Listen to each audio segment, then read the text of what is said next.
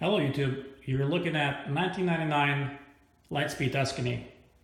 I wanted to make this video because there's not a lot of information I could find on the internet about this bike, and I could not find anything for anyone who's looking to take the old classic frame and bring it up to the latest and modern component standard so they can still enjoy it and see what that frame that was built 15 years ago still feels like on the road. So here it is. Now, some of you who are familiar with the brand might point out that the sticker theme is actually 2001. Well, I don't care. I took a 1999 bike. It came with yellow stickers. I did not like them. I like black, white, and red. So that's what I put on there. And you'd be absolutely right. It's not the stickers that it came with, but I like them better.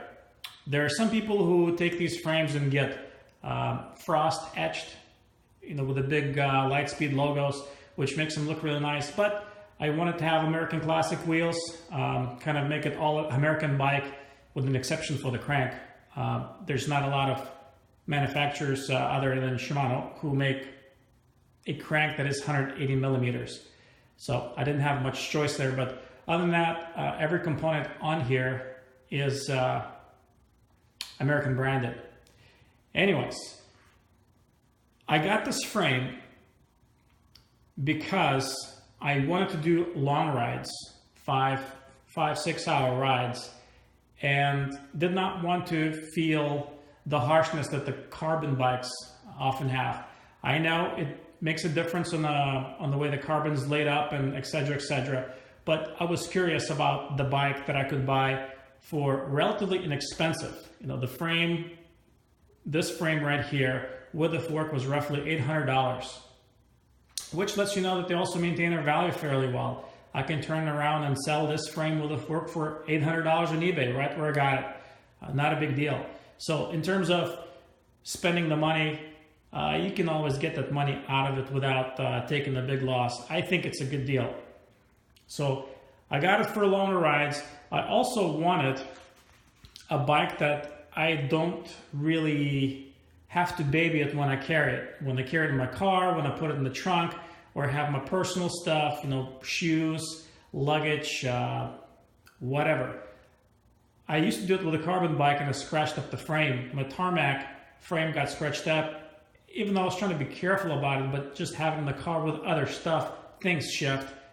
Nice surface coating on the carbon frames is prone to scratch. I have to take a better care of my carbon frames, but with this bike, I didn't have to worry about it. I just throw it in the back and nothing's gonna get scratched. It's titanium. So there you have it. This is the largest size they make. This is a 61. Now looking at the geometry, it's got a 59 centimeter top tube, which is kind of in line with a Cannondale Super 6 60 centimeter. So whether it's true 61, probably just because of the C tube is so tall. Again, classic European geometry, but overall, I would really put it to closer to 60 centimeter in Cannondale. If you're fairly balanced, 6'2" to 6'3", maybe 6'4", this bike will be right at home for you. If you're taller than that, this bike is too small.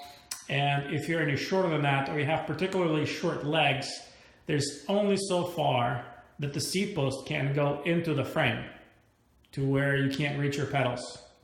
So 6'2", 6'4", maybe 6'1" to 6'4", this frame would be fine. What have I changed on this bike? So let me start with the way that this bike was built. I first got the frame. Then I got the stickers for it. Then I went and bought a brand new Ritchie Carbon, high modulus carbon fork. It came with a steel steerer tube right in there in the head tube. And the weight was not very big issue for me on this build. Bike is already metal. It's not the particularly heavy bike, but I wanted a sturdier steerer tube so I can have more spacers on the top without running a risk of snapping a tube if it was made out of carbon. Then I was really a big fan of these American Classic Aero 3s. These are 10 and 11 speed compatible, 1580 grams, which is not particularly light, but not heavy. It's right in the medium, and they're absolutely fantastic wheel. They're very tough. You can use them for races, for long training. You know, you can run their standard brake pads. I like them. They're great. So, next thing I've done, I've taken a Specialized pavé seat post. This came off a Specialized Roubaix, I think. I picked it up on eBay. Then I slapped a Specialized Roman saddle. That's what works for my butt. I love it. Standard Tram Force grip set. So 11 speed force shifters. Previous generation Tram Force brakes in the front and back, and as you can see, there's nothing special about them. A standard setup. Mounts through one hole and tighten it up. Same in the rear. And a clamp-on Tram Force derailleur. I think it's at 31.x circumference, so pretty standard stuff here too. Like I mentioned before, my Durace crank in 180 millimeter. And this frame comes with, I think they all came with English style threaded bottom bracket. Might be difficult to see, but just standard screw in with a park tool. Now, one modification I have to make on this frame is the bottle cage mount. Now, if I take a step back and look at it, you can kind of see where they're almost in the level position. Both bottles are mounted kind of in the same area. Well, that was not the case originally. The bottle on the down tube here was actually lower by this much, where you can see my finger. So as you're pedaling, sometimes your shoe would hit the bottle as it's coming up here. So the bottle was sitting right here, and you were pedaling, you're trying to reach for the bottle, and you're hitting your foot. It was kind of silly. So I have ruined a brand new set of cheap drill bit set by drilling this one hole in this titanium frame. It's very tough to drill. You will ruin your bits unless you get appropriate bits. But it was cheap, and I did it with the garage tools right here. So what I've done is I've basically drilled another hole and moved and sort of reversed it from where the mounts used to be, and then plugged it and put the standard tap and bowl in here. So that is the only actual modification that I need to do to the frame. Everything else, you know, the ferrules, the cable guides, everything is pretty standard stuff. So there you have it. I am running a Garmin cadence mount and a speed sensor back there. No issues in getting that set up. And that is pretty much it. As you can see, really cool badges that these bikes have. We've got the seat color post. It's got the Litespeed etched on here. It's just another nice classic touch. I think one thing I forgot to mention is the handlebar. I used the 3T ErgoSum after experimenting with many different handlebars. This one works out the best for me because I can get a flat transition from the hoods to the bars and still have the drops exactly where I would want them to be in terms of the angle of my hand when they are in the drops. So I like this flat and this kind of straight as my preferred position. Also use Specialized stems. I love these stems. There's actually an insert in there where depending on the thickness of an insert opposing wall. So one wall is thicker, one is thinner, and that lets you to change the angle exactly where you want it to be. And then you can twist it to sort of get exact angle you want to be. Fantastic, fantastic stems. So they're also my favorite colors. Match that, match the wheels. Loved it. So here you have it. That is a entire bike. Like I said, the frame was roughly $800. I've gotten the wheels a few years back, so they're roughly $600 and came with the tires used. Crank was $200, just because not a lot of people buy 180 millimeter cranks. I know the race crank's a little bit more expensive. And SRAM group set was another $500 with all the tits and pieces, so it's probably a $2,500 build altogether. Was it worth it? Absolutely. I have every little bolt in here, every little angle, and every part exactly how I want it, and I know why I wanted it. It had a purpose and a meaning. So that worked out. Now, the good on this bike for me is, like I said, don't have to worry about scratching it up while you're transporting it. If you're mounting outside, there's hail, there's rain, whatever. You pick up a rock and it hits the frame, it doesn't matter. You know, it's not going to do anything to it. You can kind of see, and that's what makes the Tuscany unique, is the seat stays are angled, and that lets that flex a little bit when you ride it and absorb that vibration. That's what gives it a nice and dampened and softened ride. It doesn't seem like soft, as people would, sometimes exaggerate, saying, oh, it's going to be, like a sponge. That's not the case. You still feel the road, but you feel it just a little bit less. Yeah, a little bit less road buzz.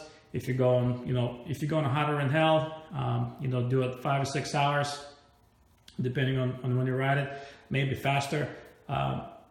It does make a difference versus riding a harsher bike like, Specialized Tarmac, which are also fantastic bikes. But in terms of vibration absorption, this bike is fantastic. So everything else, I'm a rider with a longer legs and shorter torso. So having a little bit shorter tube and a little bit taller seat tube works out. I couldn't get that with a Specialized 61 centimeter frame, for example, because the top tube is 2 centimeters longer. So then if I'm running a 100 millimeter stem, I need to run an 80 millimeter stem, which starts affecting the steering. Doesn't affect it a lot, but it affects it to where it's a little bit more twitchy to my liking. So again, it's all the preferences. That's what I like.